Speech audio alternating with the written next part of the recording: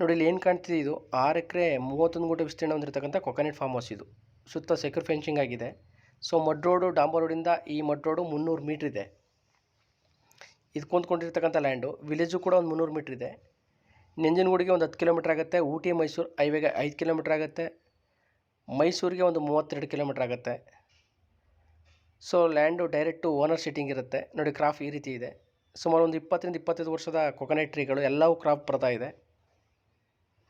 ಸುತ್ತಮುತ್ತ ಎಲ್ಲ ತೋಟಗಳು, ಪ್ಯೂರ್ ರೆಡ್ ಸಾಲಿಂದ ಕೂಡಿರ್ತಕ್ಕಂಥ ಲ್ಯಾಂಡ್ ಇದು. ಚೌಕಾಕಾರವಾಗೈತೆ, ಬೋರ್ವೆಲ್ ಐತೆ, ನೀರು ಕೂಡ ತುಂಬ ಚೆನ್ನಾಗಿದೆ. ನೋಡಿ ಇಲ್ಲಿ ಏನು ನೋಡ್ತಾ ಇದ್ದೀರಾ, ಈ ಲ್ಯಾಂಡು. ಸೊ ಅಲ್ಲಿ ಮುಂದುಗಡೆ ಗಾಡಿ ಹೋಗ್ತಿದೆಯಲ್ಲ, ಅದೇ ಮಡ್ ರೋಡು.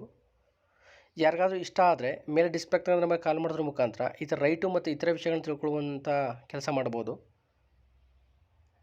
ಹೆಚ್ಚಿನ ವೀಡಿಯೋಕ್ಕೋಸ್ಕರ ಯೂಟ್ಯೂಬ್ ಚಾನಲ್ನ ಈ ಥರ ವೀಡಿಯೋಗಳು ನೋಡೋದ್ರ ಮುಖಾಂತರ ನಿಮಗೆ ಬೇಕಾದ ಲ್ಯಾಂಡನ್ನು ಆಯ್ಕೆ ಮಾಡ್ಕೋಬೋದು. ನಮ್ಮ ಯೂಟ್ಯೂಬ್ ಚಾನಲ್ ಕಡೆಯಿಂದ ಈ ಲ್ಯಾಂಡಿಗೆ ಸಂಬಂಧಪಟ್ಟ ಎಲ್ಲ ದಾಖಲೆಗಳನ್ನು ಒದಗಿಸುವಂಥ ಕೆಲಸವನ್ನು ಮಾಡಿಕೊಡ್ತೀವಿ. ಲೀಗಲಿಗೆ ಬೇಕಾದವು ರೈಟ್ ನೇರವಾಗಿ ಓನರ್ ಸಿಟ್ಟಿಂಗ್ ಇರುತ್ತೆ. ಸೊ ರೈಟು ನೆಗೋಷಿಯಬಲ್ ಇರುತ್ತೆ. ಸೊ ಹಾಗಾಗಿ ಈ ಲ್ಯಾಂಡ್ ಬಗ್ಗೆ ಹೆಚ್ಚಿನ ವಿಷಯವನ್ನು ತಿಳ್ಕೋಬೇಕು ಅಂತಂದರೆ ನೀವು ಮೇಲೆ ಡಿಸ್ಪ್ಲೇ ಆಗ್ತಕ್ಕಂಥ ನಂಬರ್ಗೆ ಕಾಲ್ ಮಾಡಿ. ಕಾಯಿ ನೋಡಿ ಈ ರೀತಿ ಬರುತ್ತೆ, ಕೊಕೊನಟ್ ಟ್ರೀದು ಕಾಯಿ ಈ ರೀತಿ ಬರ್ತಾ ಇದೆ.